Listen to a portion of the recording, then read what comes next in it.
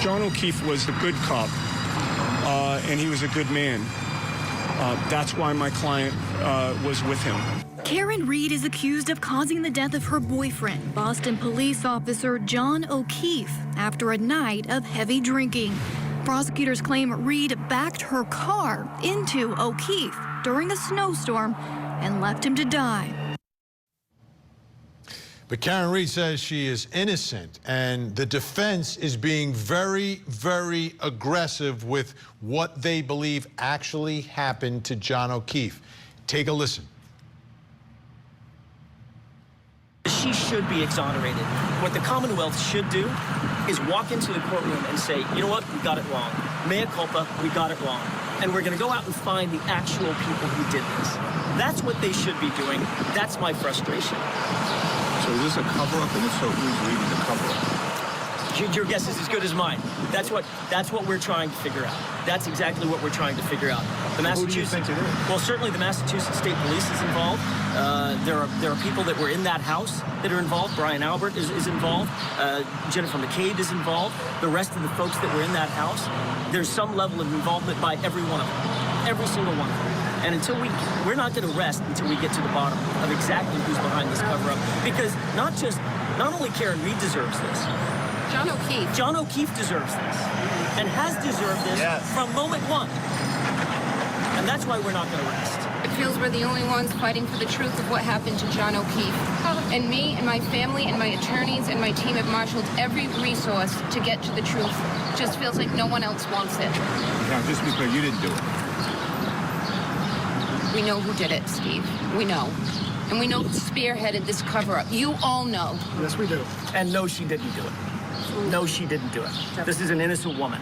She didn't do it. I tried to save his life. Yeah. I tried to save his life at 6 in the morning. I was covered in his blood. I was the only one trying to save his life. That is a defiant accused killer, right? I mean, the look in her eyes when that reporter is asking, did you do it? Did you see the look in her eyes?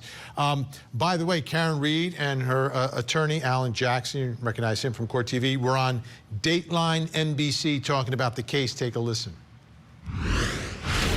I texted him, I called him, and within minutes of him exiting my car, is not answering his phone. Minutes. So what happens next? I left. She went out searching and 6 a.m. found him lying unresponsive in the snow and bitter cold in front of the home where she dropped him. His eyes were swollen shut. He had blood dripping out of his nose. I have an innocent client. Period. Alan Jackson, Karen's high-profile attorney, believes John was set up that night. John walked into an element of hostility in that house. He has argued in court there were people in the house who had a troubled history with John. John O'Keefe got out of a car, walked into the house, was sucker punched, fell, hurt himself, and then ultimately his body was moved. Let's bring back in our think tank Al Wunsch, Darnell Crossland, Jennifer Brandt. Jennifer, how about the look in her eyes on the steps of the courthouse? Wow. You really want to believe her. I mean, she seems convinced of her innocence. She's fighting for it.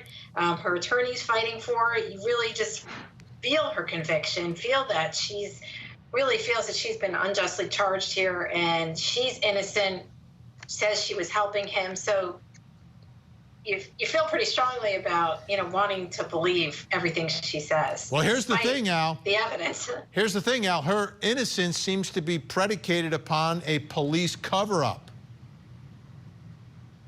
That's right. And what I think is going to be a problem for them is that methinks she doth protest too much. If I was her, I would keep her mouth shut, because the situation now is she's put herself in a very, very vulnerable position, because she says, we know who did it, I know who did it, you all know who did it. So she's basically saying, I have to take the stand, which is not necessarily the best thing to do in a case like this. What they should be doing is just saying that she's innocent. They are not able to prove their case, that they're going to do this. To go up there and to make those kind of statements is a very, very dangerous move. And to be saying that it's the police department, that is a conspiracy, that is this, and have her saying that, foolish. Because they're going to be gunning for her, and if she doesn't take the stand, I think everyone's going to say, Well, how much did she believe she didn't do it if she doesn't take the stand? It's a very foolish thing. I think this was done. Let me bring in to Darnell put her before we in run place. out of time here. Darnell, this is next door up there in Massachusetts, going after the police department, cover up of the murder of one of their own. Yeah, absolutely. I've had cases up in Boston. Listen, I agree with Al. The look on her face, those are not Betty Davis eyes. She needs to be quiet because there's a crossroad between remorse and what she's trying to do, which is seek justice. And she seems so angry, so bitter. And she seemed like she's trying to say, look over there so you don't look over here. And so it's not playing off empathetic to me. So I think she's going down the wrong road with that. Let her lawyer handle it. Just be quiet. Yeah, I've rarely seen a criminal defendant that looks like this, and I'm trying to understand what it all means.